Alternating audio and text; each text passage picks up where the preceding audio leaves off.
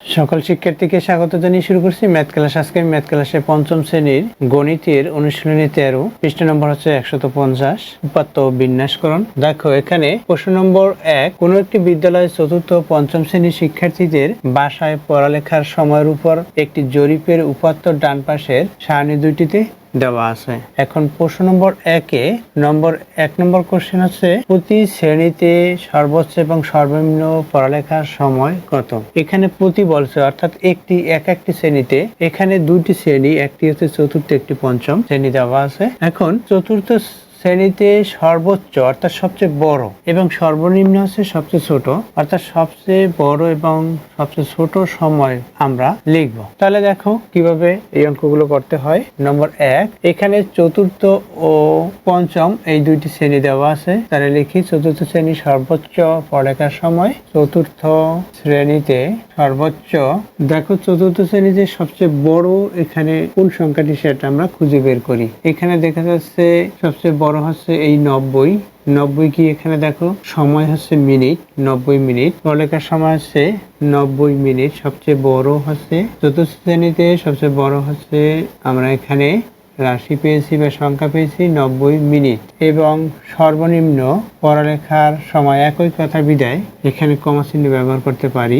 সর্বনিম্ন অর্থাৎ সবচেয়ে ছোট, দেখো কত মিনিট, 10 মিনিট। এবার হচ্ছে আমরা চতুর্থ শ্রেণীতে লিখেছি, এখন পঞ্চম শ্রেণীতে লিখবো। সর্বোচ্চ, পঞ্চম শ্রেণীতে সর্বোচ্চ পড়ালেখার সময়। সর্বোচ্চ অর্থাৎ সবচেয়ে বড় কোনটি পঞ্চম শ্রেণীতে, দেখো এখানে 110 আছে, 110 মিনিট। এবং সর্বনিম্ন পড়ালেখার সময় সবচেয়ে ছোট কত, দেখো এখানে সবচেয়ে ছোট হচ্ছে 20 মিনিট। এটা হচ্ছে 1 নম্বরের উত্তর হচ্ছে এগুলোই, সর্বোচ্চ এবং সর্বনিম্ন এটাই দেখাতে হবে। এখানে প্রতি শ্রেণীতে বলছে, প্রতি শ্রেণীতে বলছে প্রত্যেকটা শ্রেণীতে, অর্থাৎ একটি করে একটা শ্রেণীতে সর্বোচ্চ এবং সর্বনিম্ন পড়ালেখার সময়। এখানে চতুর্থ এবং পঞ্চমেই দুইটি শ্রেণী দেওয়া আছে, তাই দুইটি শ্রেণী আমরা নির্ণয় করলাম। দেখো এখানে 2 নম্বরে কি দেওয়া আছে, চতুর্থ ও পঞ্চম শ্রেণীতে শিক্ষার্থীর বাসায় পড়ালেখার গড় নির্ণয় করো। আমরা বাসায় পড়ালেখার গড় নির্ণয় করবো। গড় নির্ণয় করতে হলে কি হবে, এই মোট সময়কে, এই যে সময় দেওয়া আছে এই মোট সময়কে এখানে শিক্ষার্থীর সংখ্যা কতজন সেটা আমরা গণনা করে দেখব যে শিক্ষার্থী কতজন। এভাবে করে 1 2 3 4 এভাবে করে দেখব। এখানে দেখো 20 জন শিক্ষার্থীর সংখ্যা এবং মোট সময়, যে চতুর্থ শ্রেণীতে মোট সময় সেটা আমরা নির্ণয় করব। তাহলে দেখো কিভাবে লিখতে হয়। নম্বর 2, তাহলে লিখি চতুর্থ শ্রেণীতে শিক্ষার্থীদের মোট পড়ালেখার সময়। আমরা এই সময়গুলো যোগ করি, 30 যোগ 90 যোগ 40 যোগ 10 যোগ 50 যোগ 40 যোগ 10, 50 যোগ 40 যোগ 80 যোগ 60, এভাবে করে আমরা লিখি। তাহলে দেখো এখানে কত হবে, আমরা যদি যোগ করি সবগুলো, এই 30 90 এই মোট সময়গুলো যোগ করি, তাহলে আমরা এখানে পাবো 1020। অর্থাৎ চতুর্থ শ্রেণীর শিক্ষার্থীদের মোট পড়ালেখার সময় হচ্ছে 1020 মিনিট। এরপর হচ্ছে শিক্ষার্থীর সংখ্যা বা শিক্ষার্থীদের সংখ্যা। দেখো শিক্ষার্থীদের সংখ্যা লিখি, এখানে হিসাব করে দেখি। এখানে শিক্ষার্থীর সংখ্যা হচ্ছে 20 জন, শিক্ষার্থীদের সংখ্যা 20 জন। এখানে মিনিট, সময়টা যেহেতু মিনিট, তাহলে মিনিটেই লিখে রাখি। গড়, আমরা জানি গড় সমান সমান মোট সময়, এই যে মোট রাশিগুলোর নম্বর, গড় সমান মোট, বা এভাবে লিখবো রাশিগুলোর মোট নম্বর, রাশিগুলোর মোট নম্বর বাই রাশির সংখ্যা বা পরিমাণ। এটা হচ্ছে গড়, এটা আমরা জানি। অতএব গড় সমান সমান এটা, তাহলে আমরা গড় নির্ণয় করব।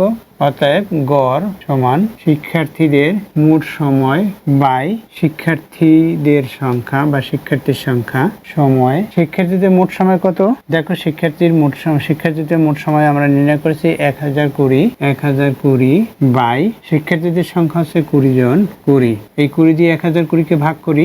দেখো এই শূন্য বাদ, একক অঙ্ক, এখানে ভাজ্যের একক অঙ্ক 0, ভাজকের একক অঙ্ক 0 বাদ। এখন 2 দিয়ে 102 কে ভাগ করব। তাহলে কিভাবে ভাগ করব, দেখো 2 এই 10-এর মধ্যে 5 বার যাবে, অর্থাৎ এখানে 5 হলো প্রথমে, 2 এই 2 এর মধ্যে একবার যাবে, অর্থাৎ 2 10-কে ভাগ দিলে এখানে 5 লিখেছি, 2 দিয়ে 2-কে ভাগ করে 1 লিখেছি, অর্থাৎ 51 হলো। তাহলে এখানে 51 কি, এখানে সময় হচ্ছে মিনিট। তাহলে এখানে আমরা রাশিটা লিখি, রাশি দেওয়া আছে মিনিট, 51 মিনিট হলো। এখানে চতুর্থ শ্রেণীর শিক্ষার্থীদের পড়ালেখার গড় সময় হচ্ছে 51 মিনিট। অতএব এখানে লিখে দেব সে কথা, চতুর্থ শ্রেণীতে শিক্ষার্থীদের গড় সময় 51 মিনিট। তাহলে উত্তর কি?